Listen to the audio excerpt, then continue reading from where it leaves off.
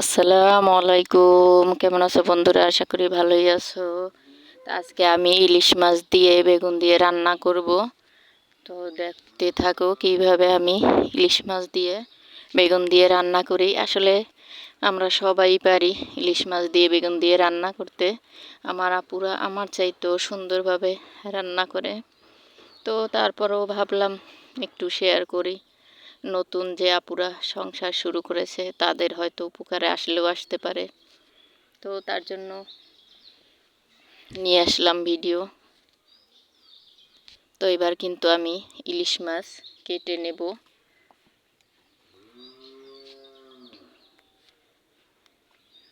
বেগুনটাকেও কেটে নিয়েছি। এবার লবণ হলুদ মিশিয়ে মাছটাকে ভেজে নেব। বেগুনটাও কিন্তু ভাজবো। তো বরিশালের মানুষ আমরা বেগুন না ভেজে খেয়ে থাকি না, খাই না, আমাদের ভালো লাগে না। আমরা আলুটাও যদি পারি, সময় থাকে, তাহলে ভেজে খাই, রান্না করি। তো আমাদের ওরকম রান্নাই ভালো লাগে। আর মাছের তো কোনো কথাই নেই, আমরা মাছ ভাজা ছাড়া খাই না, তেমন একটা আমাদের পছন্দ না, বরিশালের মানুষ যারাই থাকুক না কেন। তো এই তো দেখো মাছগুলো কিন্তু আমি একটা ফ্রাই প্যানে দিয়ে ভালোভাবে ভেজে নেব। তো ইলিশ মাছটা কম ভাজলেও হয়, বেশি ভাজলে এই সমস্যা নেই, কম ভাজলেও কিছু হয় না। তো আমি কিন্তু ইলিশের সাথে কিছু ঝাটকা মাছও নিয়েছি, তো সেগুলো আমি এর সাথে দিয়ে দেব। তোমরা আবার আপুরা দেখে ভাইবো না যে ইলিশ মাছটায় কি বাচ্চা দিয়েছে। ইলিশ মাছটার সাথে আমি ঝাটকাগুলো দিয়ে দিয়েছি। তো এবার আমি একটা কড়াইতে পেঁয়াজ বাটা আর হলুদ লবণ মরিচের গুঁড়া সামান্য কিছু উপকরণ দিয়ে আমি রান্নাটা সেরে নেব।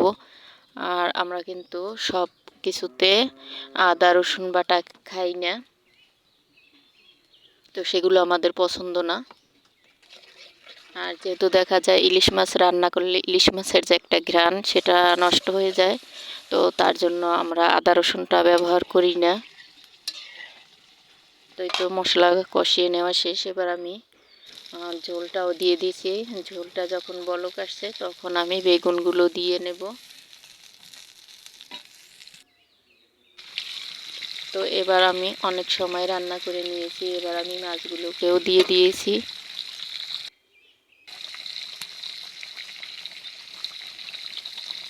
তো এ পর্যন্ত আমার ভাইয়ারা আপুরা যারাই আমার ভিডিওটা দেখেছো, প্লিজ মনে করে একটা লাইক দিও।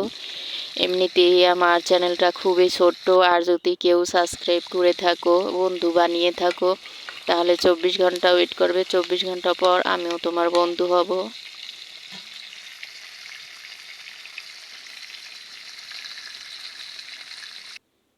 তো এই তো দেখো আমার ইলিশ মাছের ফাইনাল লুক কতটা সুন্দর দেখাচ্ছে, কতটা লোভনীয় হয়েছে। আর আজকের ভিডিও এখানে শেষ করব। সবাই ভালো থেকো, আল্লাহ হাফেজ।